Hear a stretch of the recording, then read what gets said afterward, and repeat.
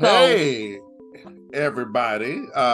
This is Addae Moon, the Associate Artistic Director at Theatrical Outfit, and this is our Downtown Dialogues. And I am so honored to have two extraordinary human beings talking with me, both about our play that's in production now, Passing Strange, as well as the I guess mid 90s to late 2000s music scene in Atlanta, Georgia, which I think has a lot of thematic and parallels to some of the elements in the play. So I'm going to introduce these two lovely folks. First, I have the extraordinary filmmaker, promoter, producer, Kemi Bennings, and the equally extraordinary musician, composer, educator, writer, Okorie Johnson. Hey. Thank y'all for being here for this little Glad to be chat. here, Addae. Thank you for having us. Yeah. So first so Kemi, I know you saw the off-Broadway version as did I of Passing Strange, and you saw T.O.'s production recently. Tell me your Passing Strange story, like when you saw it at TO, but also when you saw it off Broadway, and how it made you feel as a especially as a Black artist. well, it was wow. You're taking me all the way back because it takes me to a trip. I was invited by one of my besties. She was on a contract in New York and says, "Kimmy, come on up." Shout out to Ivy Boyd, Illinois. And we were looking for something to do, and we kind of heard the buzz about this play Passing Strange, and like, okay, that's it, we're gonna go. This was 2008, right? So in context, 2003 was our first A Great Day in Atlanta, right, with the photograph room. So that was around that time. Atlanta was so it was just buzzing, with the arts. It was really paralleling, massaging what we know as the Harlem Renaissance. It was just, so many different artistic forms and genres colliding.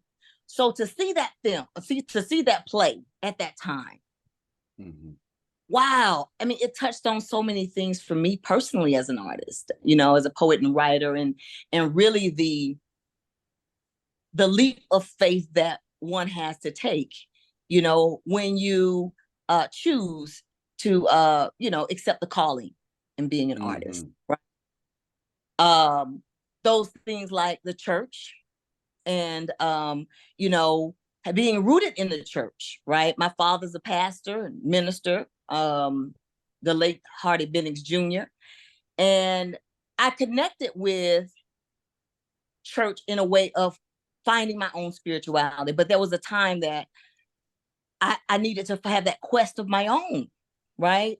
So I could immediately identify with the youth, of like being so rooted in family and home, but having something inside of us that pulls us into the trajectory of our soul's mission, in my opinion, of why we're actually right. And sometimes that is alter to what our parents see for us, right? So it really was a powerful performance for me to see at that time. And it was just like, boom, in your face, right? The musical part of it was an additional layer that said, what are you going to do, Kemi?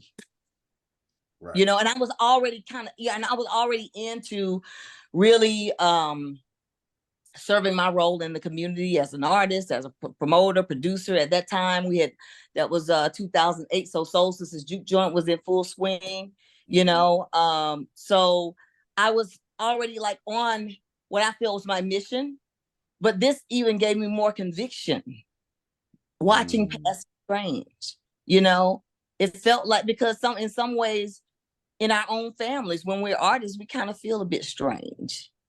You know what I mean? So, way.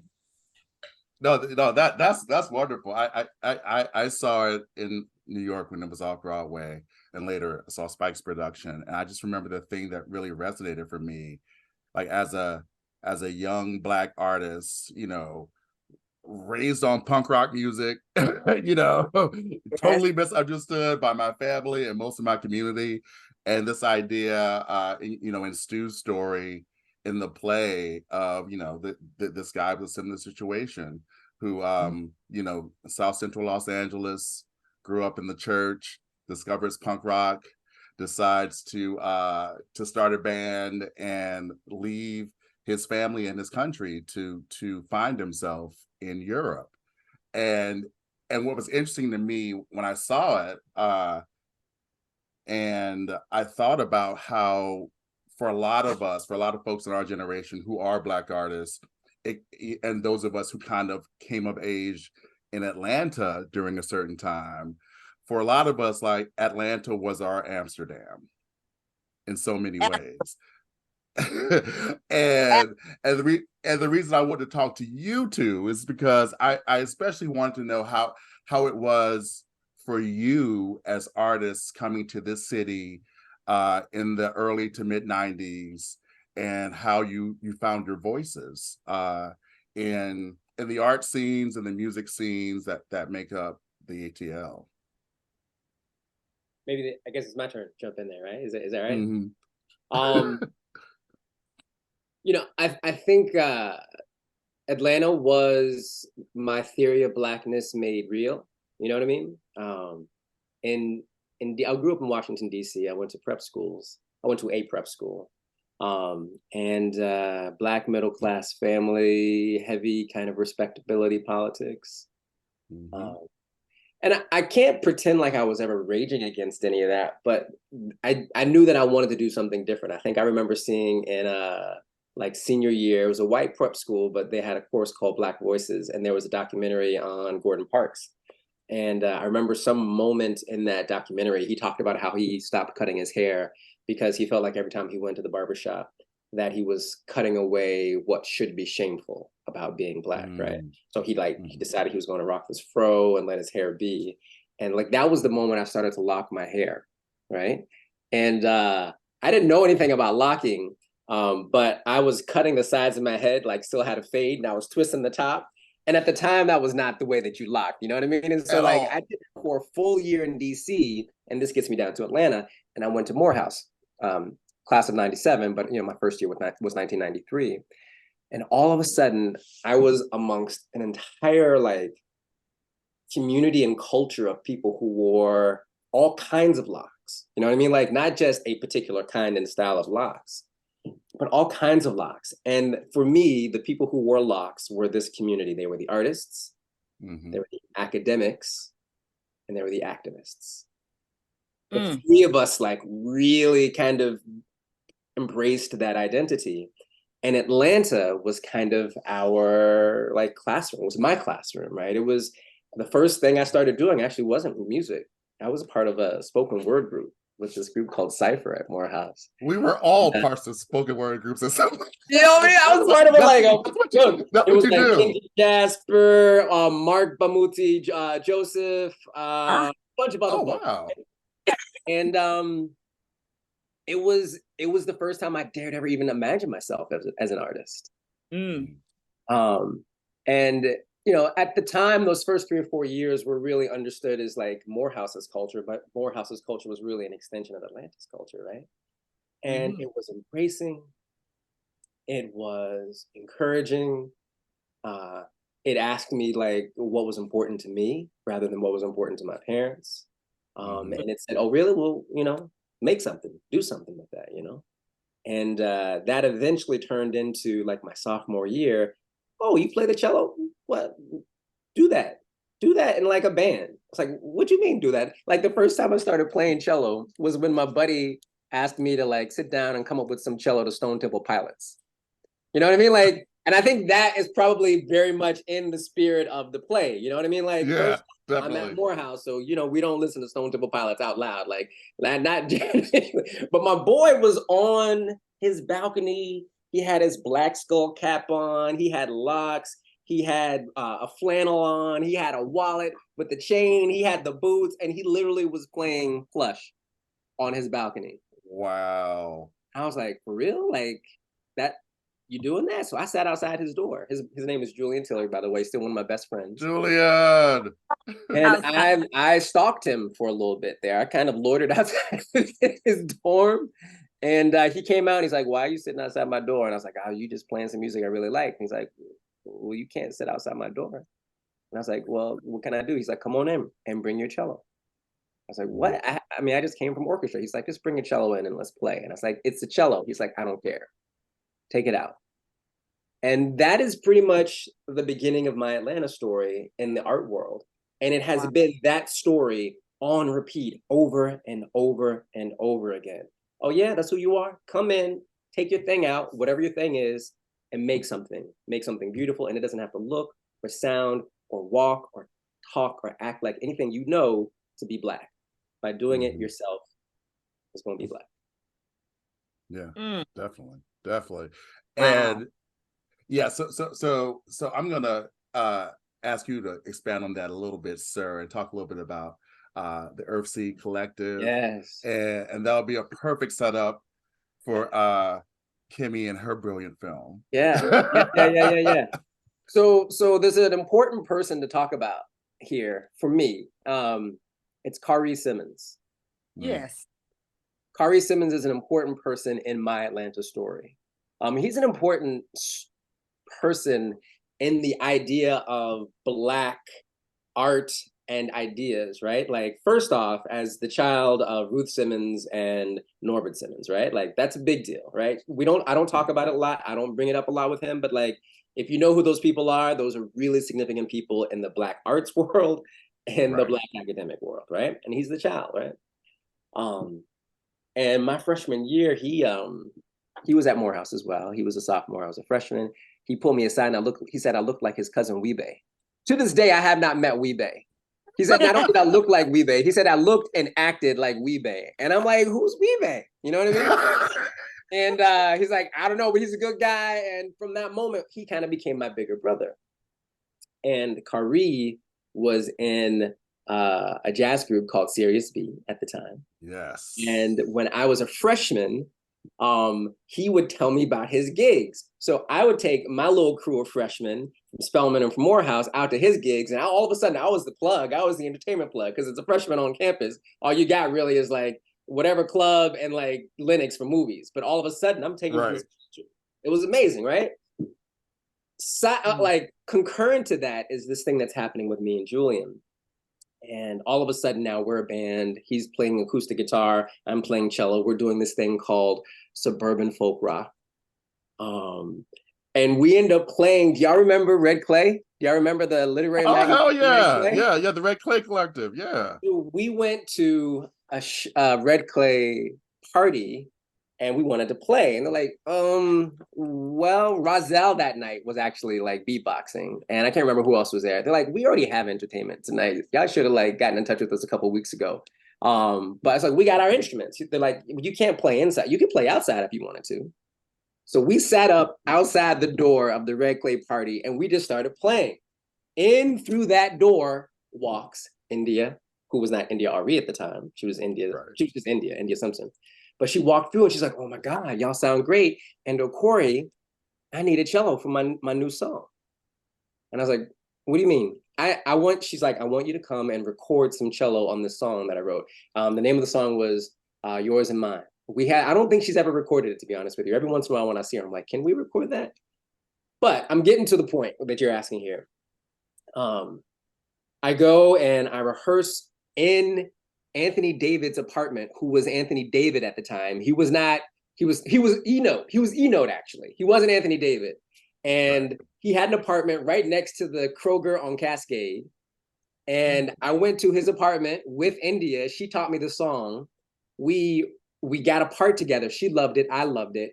And then 3 weeks later, she was like, I want you to come and record it. And I was like, okay, where are we going to record? She's like, I can't remember the name of the thing, but it was in Little 5 Points on Edgewood. And it was Speech's recording studio. Oh, wow. Speech from right? Arrested Development. Speech from Arrested Development.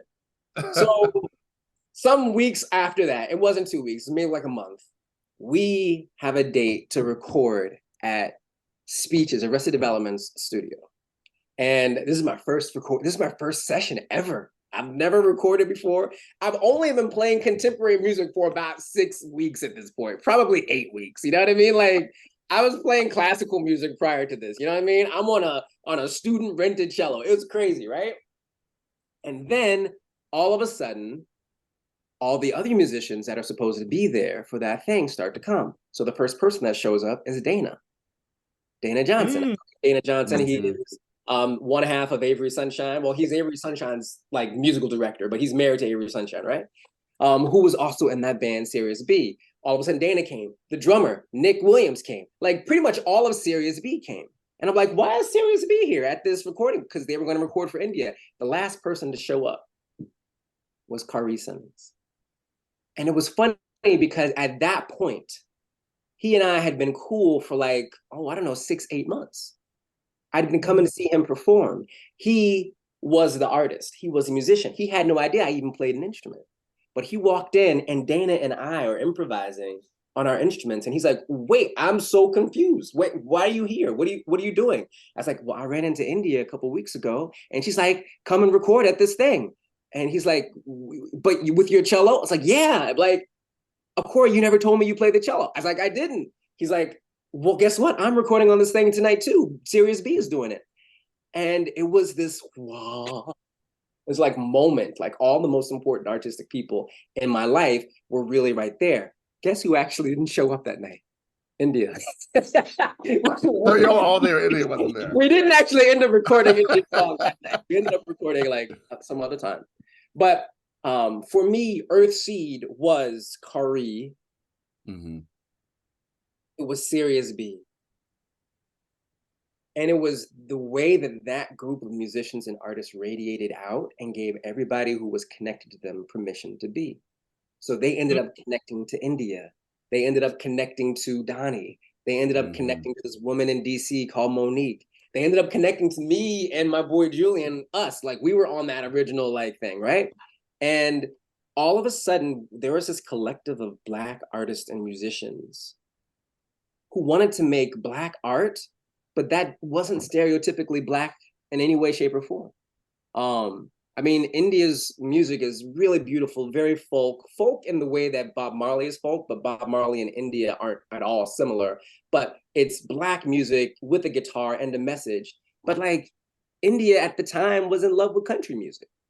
Mm-hmm. As a matter of fact, if you ask India to talk about it right now, I think she still will say she loves country music. And when you listen to India's music, with the prioritization of lyricism, of having something to say, of there being a kind of earnest, sincere communication, and it being guitar-based, it's got some backbeat to it. It's got some, you know what I mean? It's Black music, but like you can hear it. And so in that way, everybody who was part of Earthseed had that kind of remix on Black music and Black culture. Yeah. And for whatever reason, no one told us we couldn't do it. Right. Let's go do it. Right. You weren't asking for permission. And so let me draw some more strings. So you have Earthseed music. You have the Red Clay Collective, who also came out with like a magazine or zine. I remember the zine that they used to do.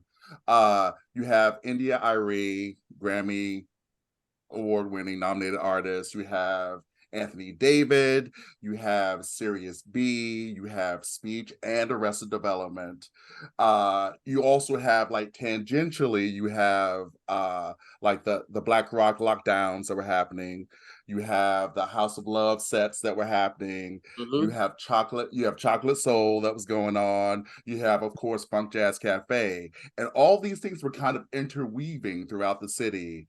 And for us, I think folks in our generation, like, this is what made Atlanta the place if you were a young Black artist. And so that brings me to Kemi and her brilliant film about one of the central locations where everything converged, and that was Yin Yang Cafe. So Kemi, talk a little bit about Third and Spring and yin yang's importance to the music scene and the art scene in general in Atlanta at that time? Well, in a word, yin yang was our church, Yes. right? It was also an institution, of learning and of honing your skills and your chops on whatever it was, right? For me, I'm originally from Augusta, Georgia. So in high school, I don't know, I just kind of began feeling that, I wanted to do something different. And my out was when I came to school here at, I originally went to Georgia Baptist School of Nursing and simultaneously Georgia State University. And the first thing I did was cut my hair. And I went natural, like, nobody knew what was going on. And I think for some semblance, I just knew that I wanted to remove different parts that I knew was not me. And my entrance into the world of the scene was through poetry. I had connected with poetry, and I loved reading and writing as a child, and it was kind of an outlet for me. It was an outlet to kind of write and journal and talk about the things that I resonated with and didn't, letters to God, whatever that was, right? And at a certain point, coming to Atlanta and entering into Patty Hut Cafe, Rio Mall, right? Rio Mall. Was that the Crab Shack? What was it? It was the Crab something? The Frogs, Rio Mall. Chris Tucker had a club up there. They had like a pottery studio. Some brothers had that pottery studio there. And, for me, it was just like, it was avant-garde, and when I entered Patty Hut, the thing that I really loved about that particular place was that it had a lineage of hosts, right? Like Curtis Tension was host, Eric Lamb was before her, and Miss Kim, who was from Chicago. So it was a lineage. It's about 4 or 5 before myself, and I became host of Patty Hut Cafe. And I had began writing when I was maybe 18, kind of as an ode to what was going on in my mother's world. As an ode to what was going on in my mother's world. She was in the hospital. And my first poem I wrote was to a physician that attended my mother. So Patty Hut Cafe was, it was like when you went down the rabbit hole, that's how we connected with everything Okorie talked about, right? It was like different places, more epics, Blue Milk, in the literary world, those things had an underground connection to the music spots, right? The art galleries, the shows, the artists. It was like this whole, if you could even visualize going down this rabbit hole in this underground network of little, a journey through which you could stop at any place and just get so full, right? So that for me was, wow, such a pivot in my own world of writing, and being able to have an outlet, and also just being encouraged and inspired by others who were doing just the same, the outlet through art, but finding oneself through the art, and wow, that led to Yin Yang Cafe, Elevation for Hamu Peku, right? And Kimbo, right? And kind of entering through the world of the literary, but it all converging at a place called Yin Yang Cafe, right? And wow, just to be a part of Spring and Third, the film, like it's a real blessing and a real honor, really. Shouts out to Malik Salam, who's the director. And I am one of 3 executive producers, Tommy Bottoms and Abyss Graham. And once again, being a woman in the bunch, amongst right. And being able to, really bring forth a powerful story. And for me, where we shared such a synergy is that I could fill in gaps that they couldn't. And for me, I have also an avid interest in preserving our story, that underground story. So, going as deep as we could get to be able to, for people to recall folks like Anasa Troutman, who's powerful work. You know what I mean?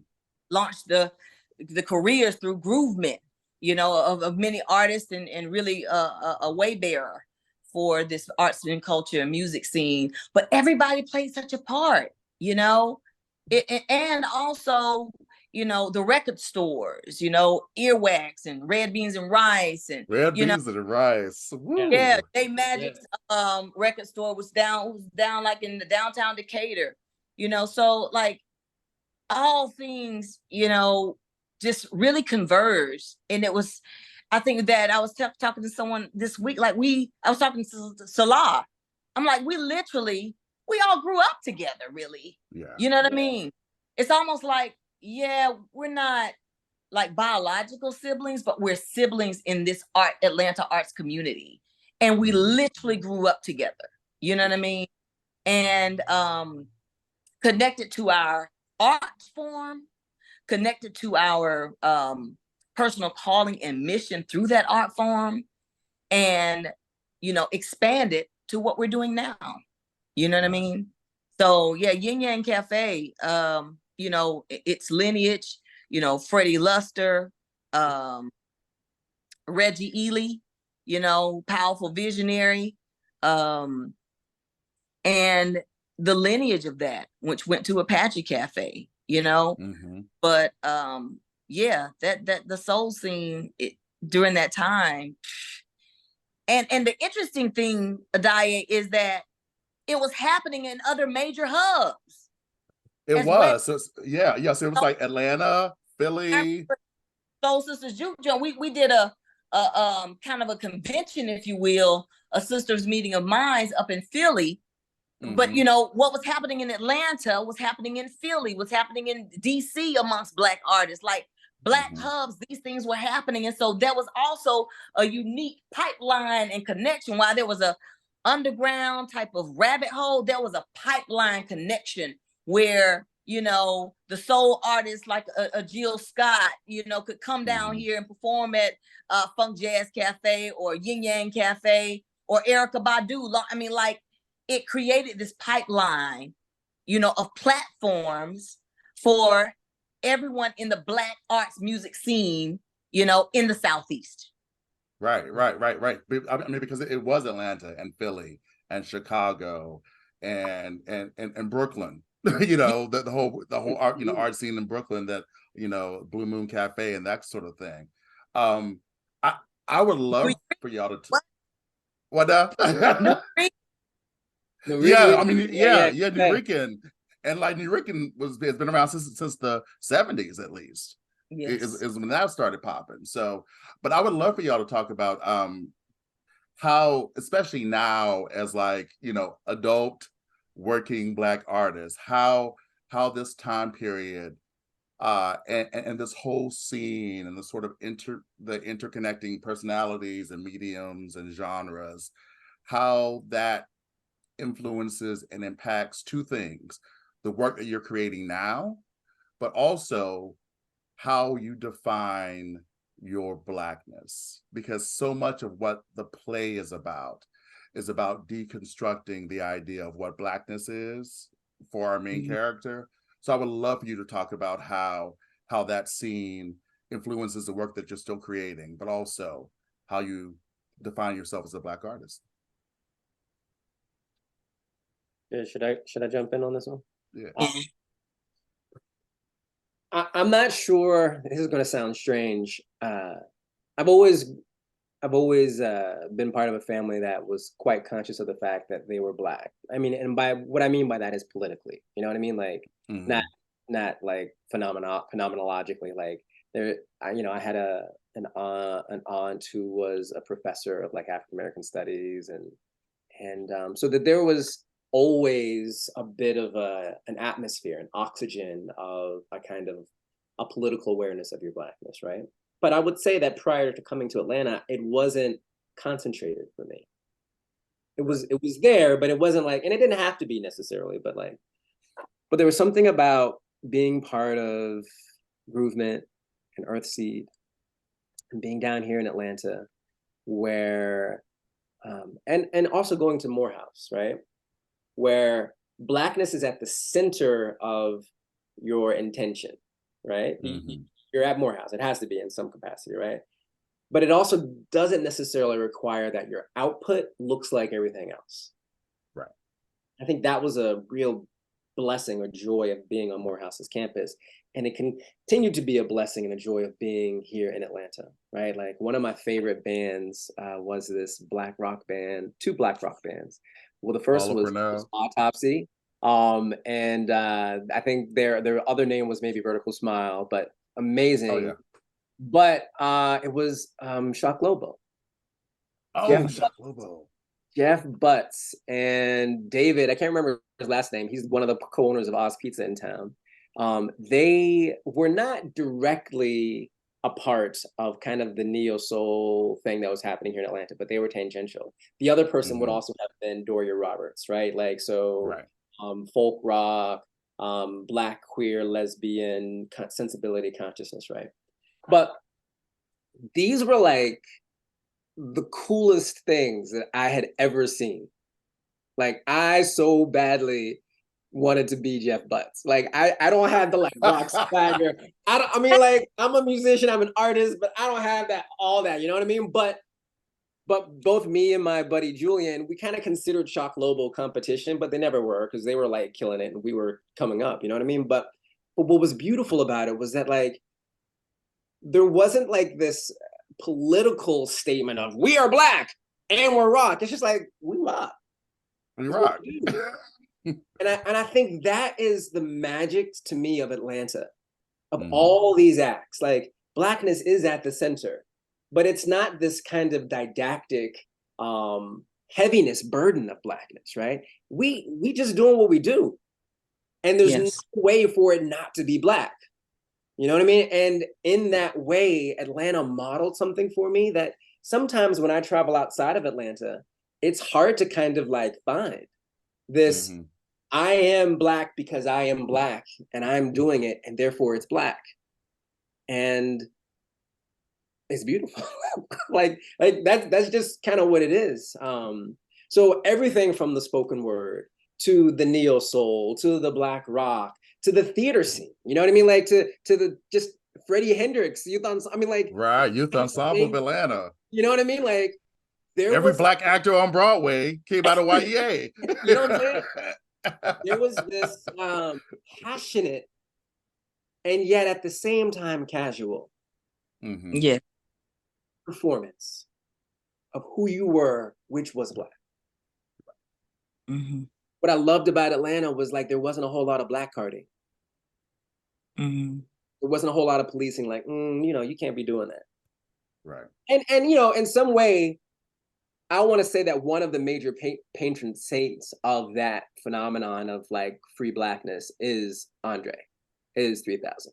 Right. Like and I'm so glad that you mentioned Addae, because I think people don't realize too, like with, you know, OutKast being this international cultural phenomenon, they were babies in the midst of all this stuff that was happening around them, you know, and like and the influences of spaces like Yin Yang Cafe or funk jazz or chocolate soul and artists like Joy and Follow for Now, like all the like all these cats influenced OutKast, and everybody knows OutKast. But there wouldn't be an OutKast if it wasn't for this scene that was surrounding them as young, and I think they were probably high school age, young high school age artists who were, you know, starting to find their voices, which was a really organic thing. I think that's the thing that I also love about it, right? Like, I don't feel like there's any part of the story, Kemi, that's contrived. Certainly there were visionaries, right? You know what I mean? but it wasn't this kind of like, we gonna do this, and da-da-da-da. You know what I mean? Like, it was just density of beautifully creative people. Mm-hmm. And hey, let's come together and let's make some stuff. For me, that's what Earthseed was. Born Yes. out of Karie's house in Lithonia, where well, really Groovement is out of Karie's house in Lithonia. Karie and Anasa, Mm-hmm. as well as James White and Dana and Nick and all those folks. But the two of them got together and said, you know, as a matter of fact, Karie's the one that pretty much gave me permission to be an artist because I was graduating Morehouse and I was majoring in English and I didn't really want to go to grad school. And, you know, I'd done fine in school, but I hadn't really been serious about it. And it was looking like I was going to go back to DC to teach. And because I didn't get any of the grad school programs that I wanted to. And Karie said, hey, man, I don't know what your plans are after school, but, you know, graduation is coming up. And, you know, Anasa and I have been putting our heads together. And I think we are going to start a record label.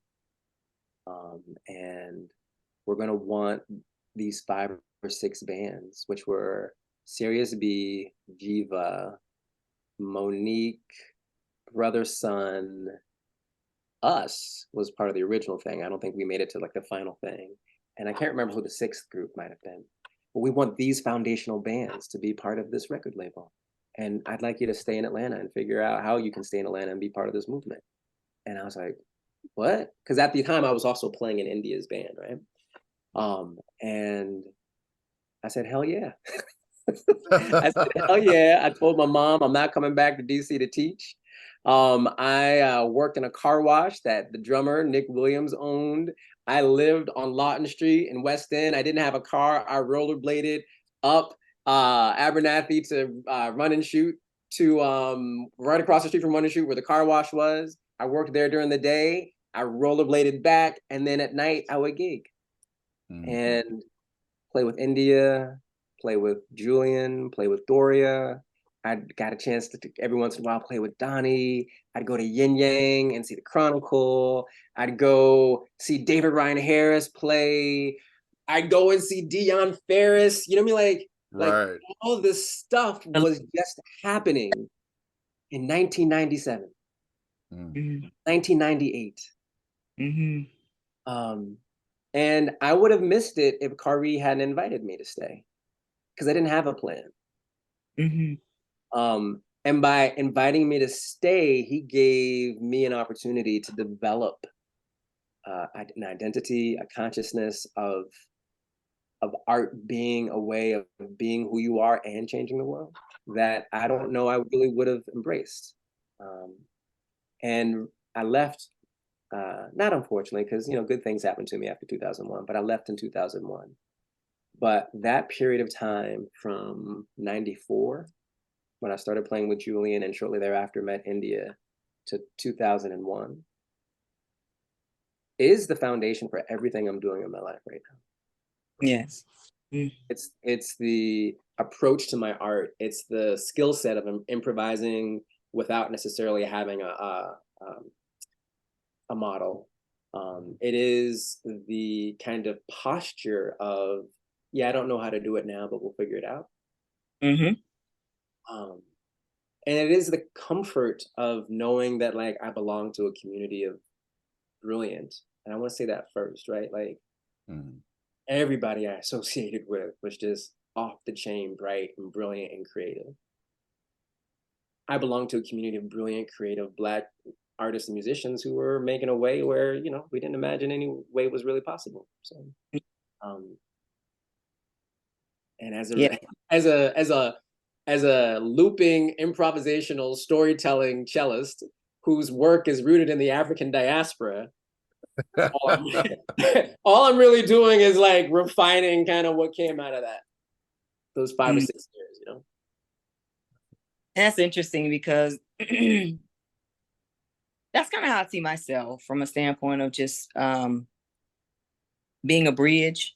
You know what I mean? I am an artist, embracing my art and art form, and at the same time, really being passionate about independent artists, you know, and bridging communities of artists.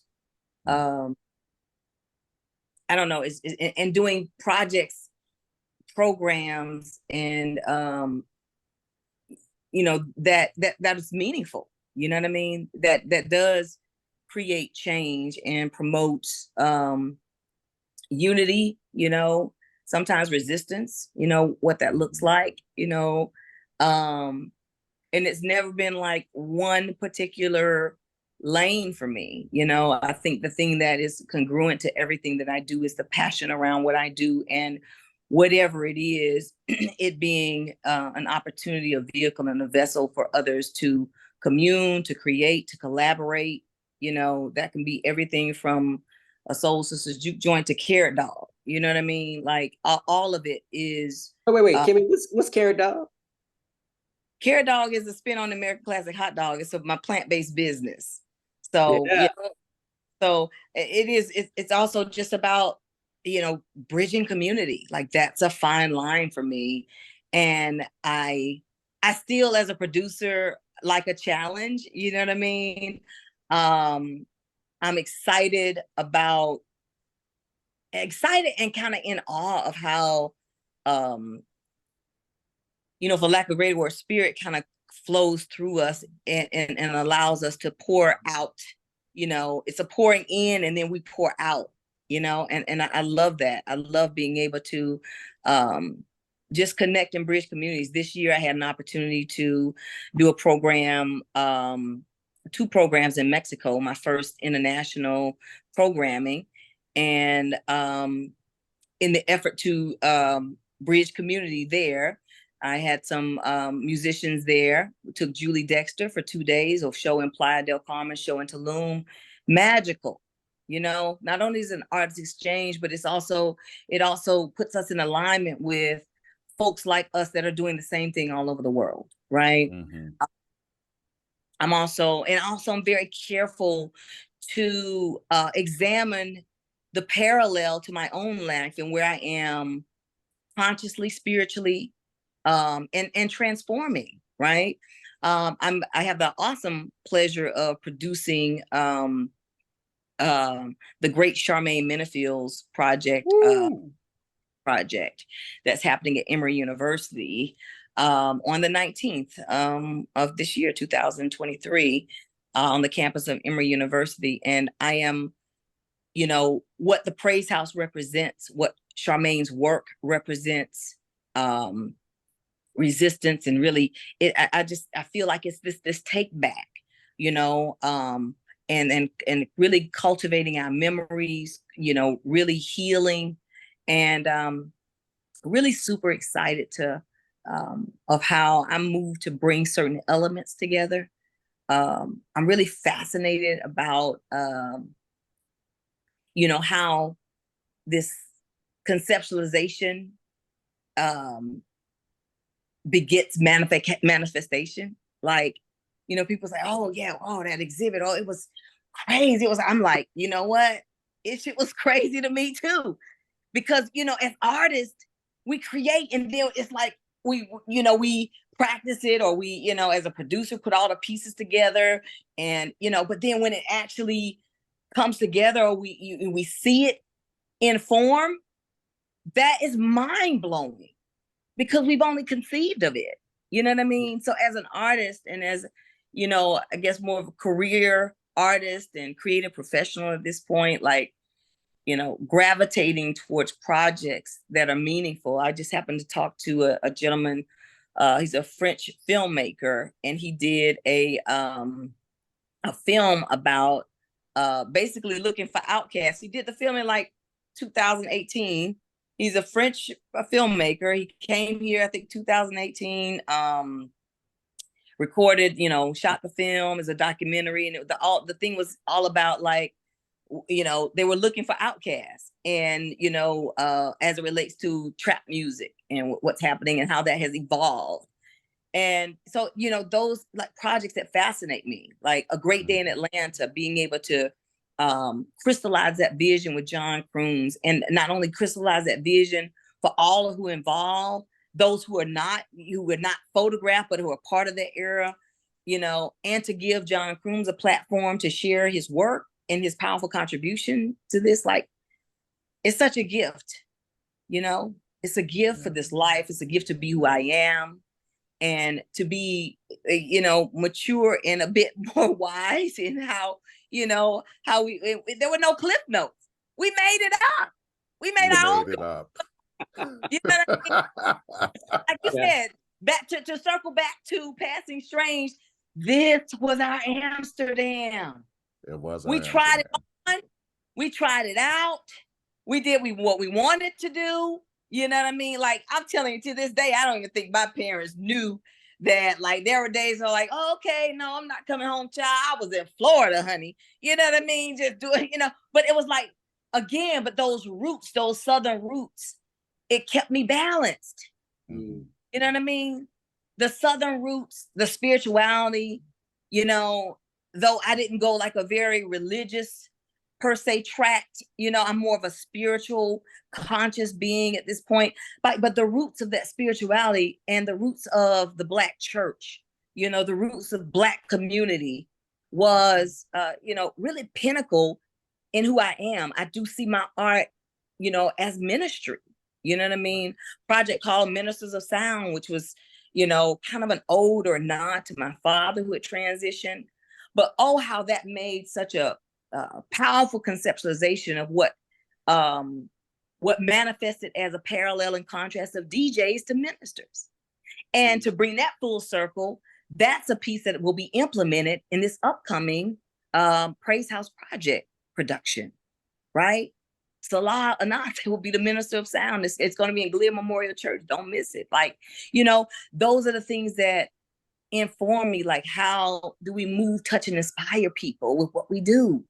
Like, that is the mission, you know, and the calling. And I'm just so grateful, you know, grateful to be here sitting with you all. It's like, if we think about it enough, right, it's emotional for me. It's the opportunities that we've, you know, and really the struggle to be oneself, you know. I mean, I didn't come from we were a middle-class Black family. You know, my father went into the ministry when it was 1984, you know, I was still like maybe 13, you know, 12, 13. And so while it was Black, it was still very much so rooted in religion. You know what I mean? For me, I took the spirituality, the connection of those things, you know, how that works out. But, you know, it was also that, which I think that, you know, in parallel to the film, is like you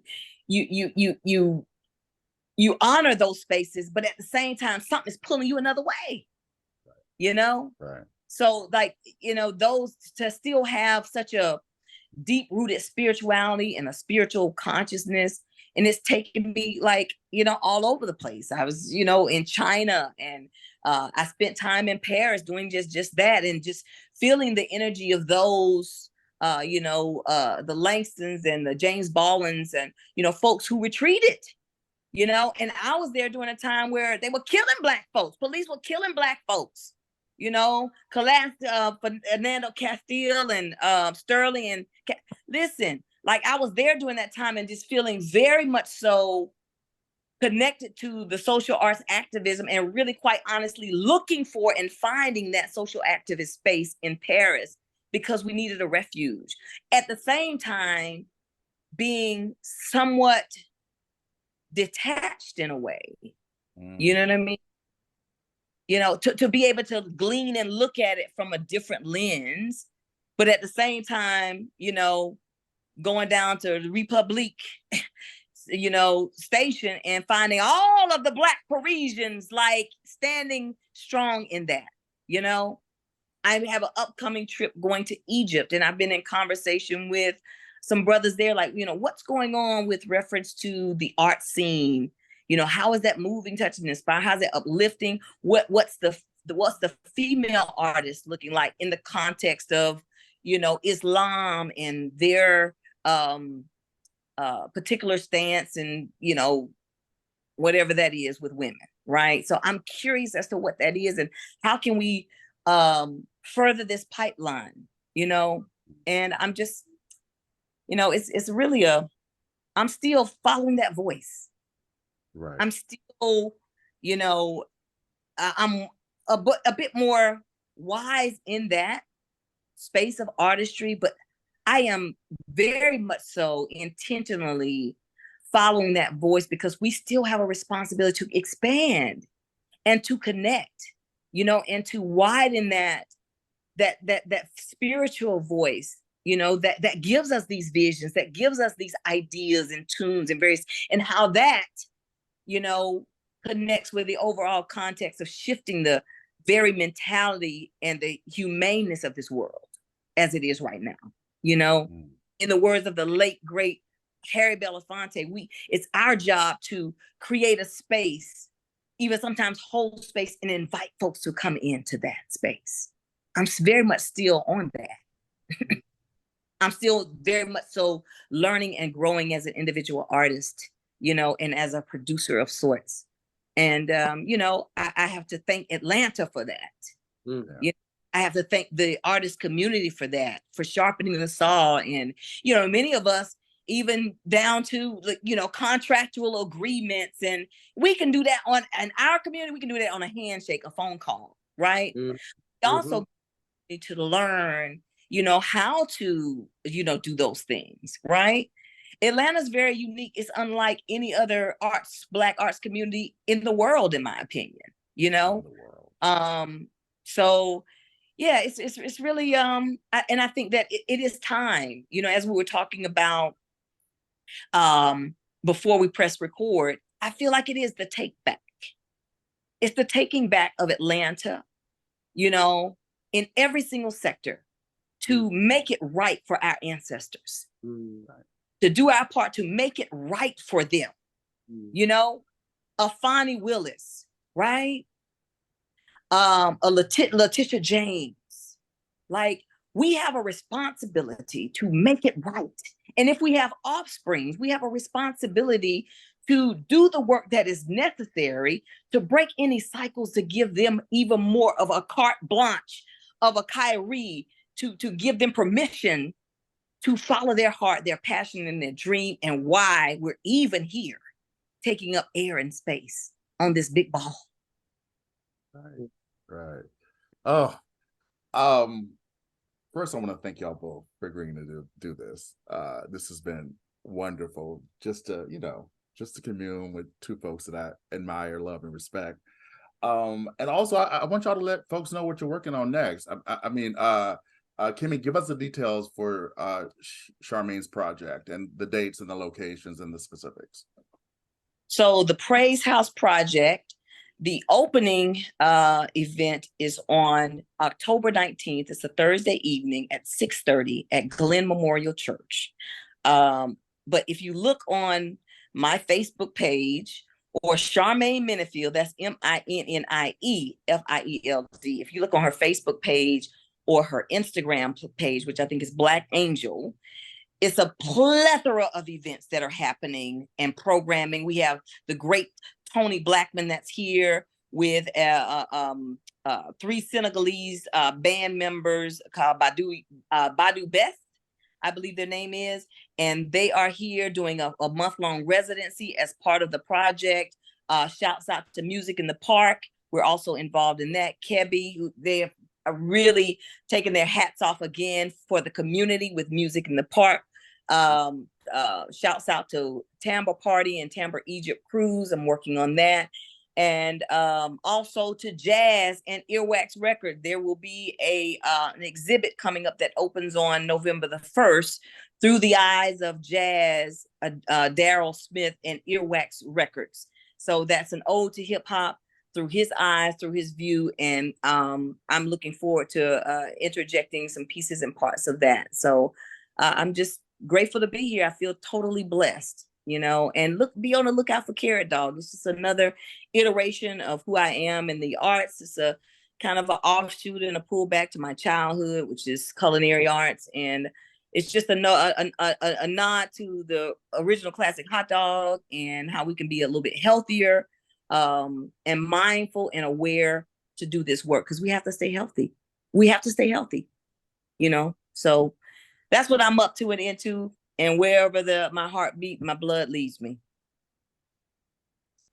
Kemi, I'm so glad that you said more about Carrot Dog, because you kind of like breeze right past it when you were talking about it before.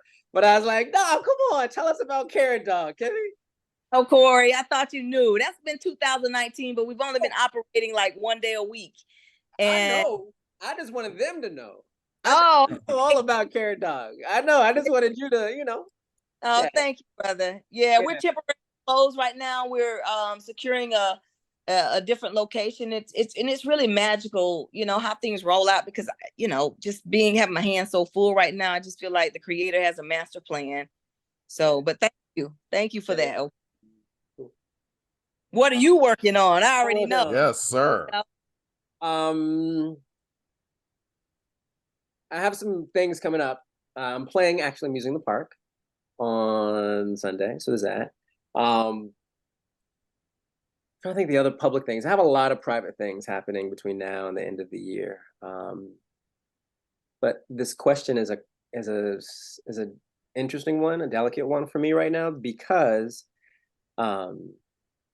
I'm supposed to be finishing my work today on a pitch or a proposal for what I think is essentially like a Netflix special. I say this not because Netflix is interested in it. I'm not saying that there's any entity that's interested in it, but a lot of my work, my show is an experience more so than a concert. It's a lot of storytelling. Every once in a while, I get funny. There's some jokes in it, and I've struggled really to capture that. It's hard to do it on Instagram. It's hard to do it on my website. But I think what would work is like a Netflix special style thing. So I think I'm gonna do some fundraising to try and get that made. And some of what's been kind of slowing me down on that is I want to tell my story, but I also am a little nervous about making that the focus. But today's conversation has really helped me to understand that like the part of my life that I want to talk about has so much to do with Atlanta. Yeah, you have to integrate your story. Yeah. You have and I think today gave me the way. I mean, I think so much of what I have been becoming over the last 30 years has been one part cello, and I'm realizing one part Atlanta. And the last part is me. Right. I think I want to tell the story of how the three of us got here. I love that.